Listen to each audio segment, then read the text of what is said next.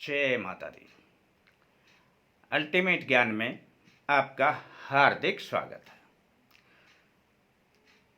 दोस्तों, अधिक मास में एक ही मंत्र से अब रुके हुए होंगे सारे काम।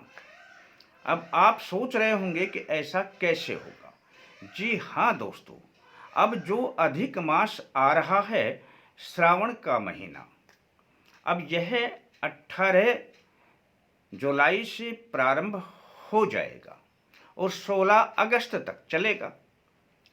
दोस्तों, इस दौरान जो भी पूजा पाठ, यज्ञ, दान, किसी को भोजन कराना, जो भी आप पुण्य का कार्य करते हैं, उसका 10 गुना फल प्राप्त होता है। अब 10 गुना फल तो यह प्राप्त होता है, और 10 गुना फल अब मैं और बताऊंगा कि यदि किसी भी देव के मंत्र को यदि आप ध्यान के रूप में लेते हैं, यानी उसके ध्यान का मंत्र करते हैं और लयबद्धता के साथ में करते हैं, तो 10 गुना ही फल इसका प्राप्त होता है। दोस्तों, आप इसे आजमा करके देख लेना, यानी आपको इस एक मंत्र से 100 गुना फल की प्राप्ति होगी और कार्य भी आपके जितने भी रुके हुए हैं वह सारे पूरे होने लग जाएंगे। और इसका एक विशेष और भी कारण है कि यदि इस मल मास में, यानी कि अधिक मास में, आप जानते हैं कि इसका नाम पुरुषोत्तम रखा गया है। पुरुषोत्तम भगवान श्री नारायण का ही नाम है। अब भगवान विष्णु, भगवान श्री नारायण, यदि हम भगवान विष्णु के मंत्र से उनका ध्यान करते हैं इस मास में रोजाना एक ही मंत्र से, तो समझ लेना दोस्तों, आपके जितने भी रुके हुए काम हैं वह सारे बनेंगे। अब आपने बहुत ही करना क्या है, बहुत ही आसान सी विधि मैं आपको बता देता हूँ। आप यदि यह पूरे महीने कर लेते हैं तो सबसे अच्छी बात है। पूरा महीना नहीं करते हैं तो इस अधिक मास में 21 दिन ही कर लेना। सिर्फ आपको एक पुष्प की आवश्यकता होगी, एक फूल की आवश्यकता होगी, यानी यह पुष्प चाहे किसी भी पौधे का हो, कैसे भी रंग का हो, परवाह ना करना। ये सोचना ही नहीं कि कौन से देव को कौन सा पुष्प प्यारा लगता है। उनको सारी चीजें प्रिय हैं दोस्तों, बस अपनी श्रद्धा बना लें कि मैं उन्हें पुष्प अर्पित कर रहा हूं।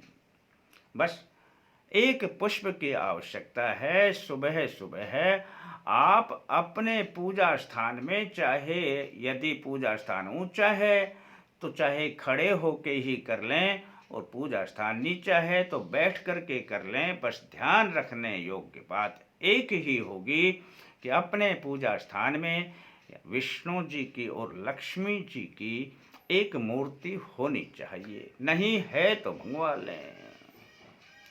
और यदि आपके पास राधा कृष्ण की मूर्ति भी है तो भी चल जाएगी दोस्तों, कोई परवाह ना करना। किसी भी दिन से इस कार्य को शुरू कर देना। आपने बस जब यह कार्य शुरू करें तो उस दिन अपनी उस फोटो को शुद्ध जल से, फिर कच्चे दूध से और फिर गंगा जल से उसे छींटे लगा करके साफ कर लेना है और अपने पूजा स्थान पे लगा देना है।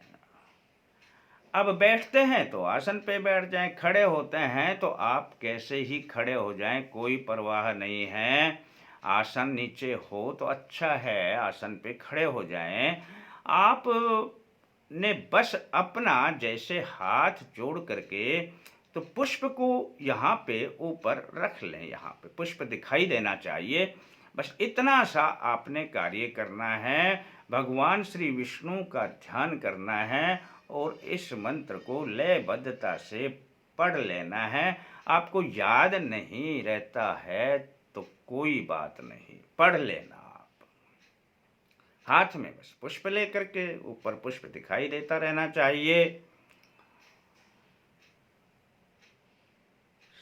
से शंखे चक्रम सकिरीटकुण्डलम्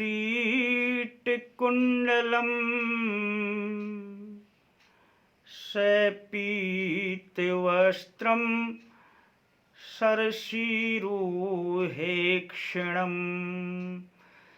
सहारवक्षः स्थलकौस्तुभश्रियं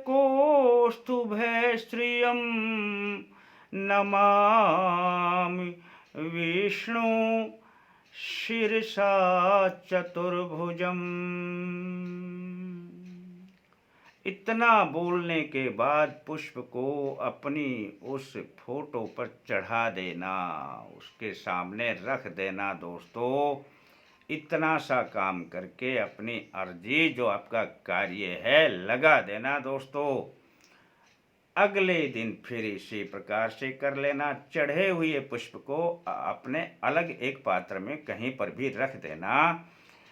रोजाना करना है, 21 दिन करोगे तो 21 पुष्प इकट्ठे हो जाएंगे।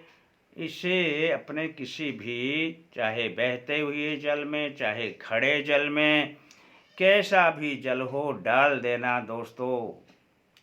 और 1 महीना करते हैं, 1 महीना कर लेना।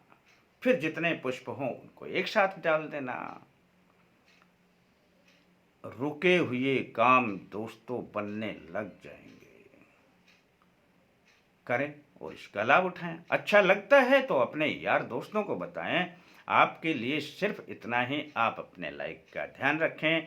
शेष फिर मिलते हैं दोस्तों नए अंक के साथ। तब तक के लिए जय माता दी।